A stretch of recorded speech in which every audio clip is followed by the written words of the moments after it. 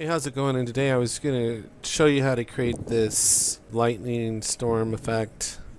I was inspired to do this from an actual lightning storm. I was filming with my camera. Here, this is actually it. And see how it's just these quick flashes of light? That's it.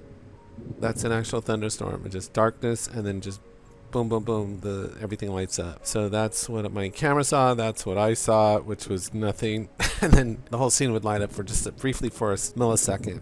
That's what we're going to try to recreate in LightWave. So I'm already in LightWave 2020. I already have this kind of scene loaded up. This is very similar to a video I did previously on a flickering light, but the difference here is there's no environment light here. There's no backdrop. It's just a distant light flickering, and it's a procedural texture. With this one, I wanted to have an animated background, clouds going by, and so I needed to synchronize environment light with the distant light. So that's kind of was the challenge, the new thing for me with this. So like if I hit play, you might not be able to appreciate it all. I actually have the lights kind of flickering right now, but this might be a little bit of a mess. It looks like I moved the camera here. Hold on. So maybe I don't want this frame here. Let me get rid of this keyframe. So I already was playing around with this, and then I realized something I'll show you in a minute here. Double click there and I can drag this there. Okay, so that's our scene essentially, and it's flickering right now because I have the effect applied on the lights, but I'm gonna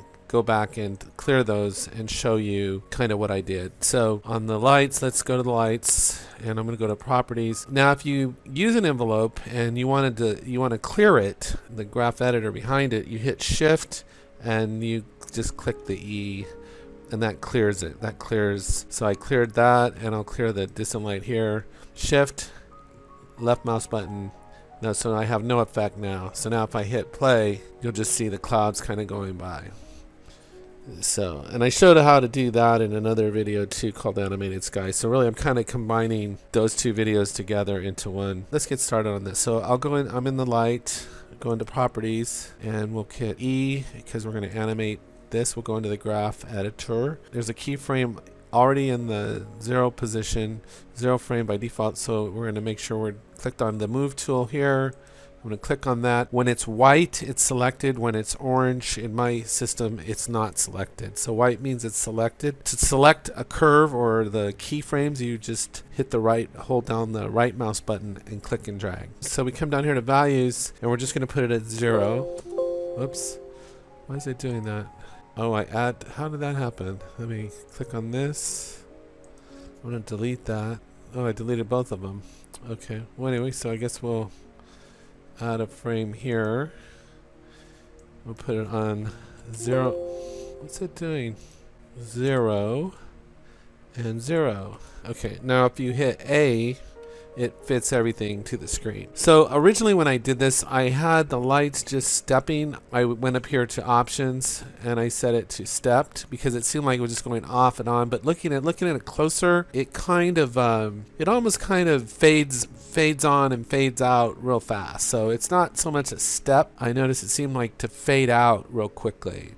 So it wasn't so much a step, although it seemed like you could try a step. But I'm just going to go ahead and leave this on TCB spline.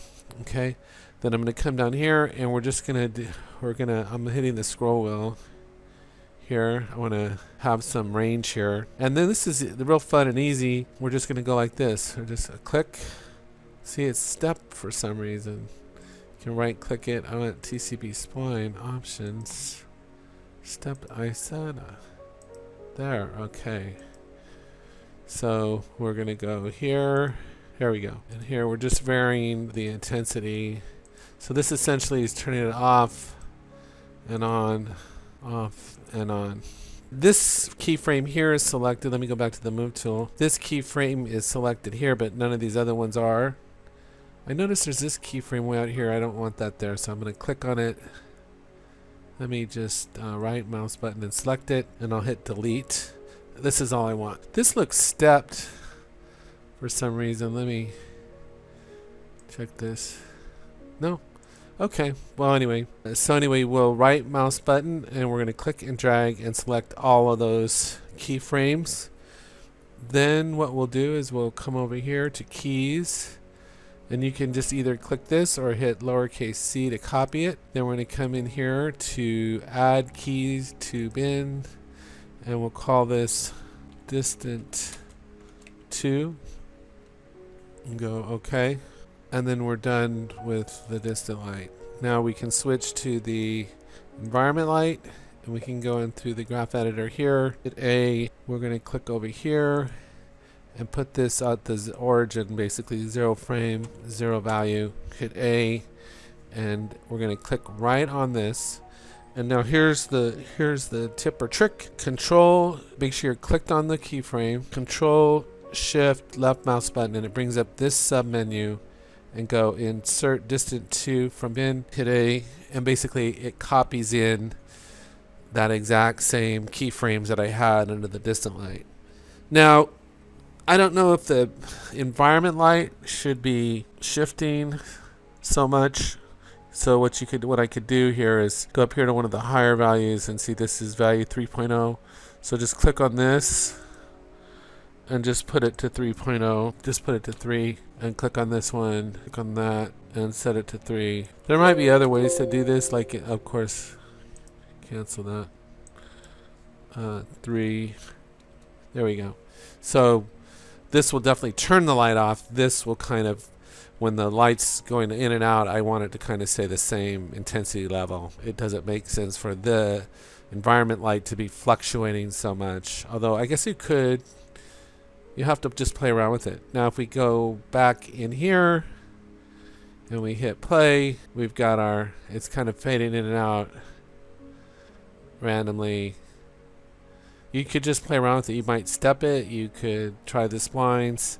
But probably what I'll do in post is speed this up, and then I'll add some thunder effects. So it'll be a pretty short clip, but hopefully you get the idea of how you can synchronize, how you can copy some keyframes out of one item and insert it into another so it basically matches.